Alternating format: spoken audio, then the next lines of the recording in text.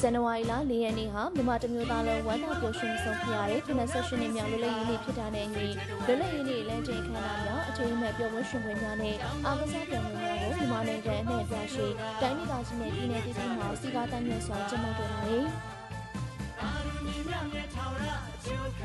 ဒါအပြင်တကိုးကြီးဖျားစီများပန်းချံများအများနဲ့သက်ဆိုင်တဲ့နေရာများမှာဖျားဖူးများသူများနဲ့လာရောက်ပန်းစီသူများဖြင့်စီစဉ်ခဲ့ပါတယ်။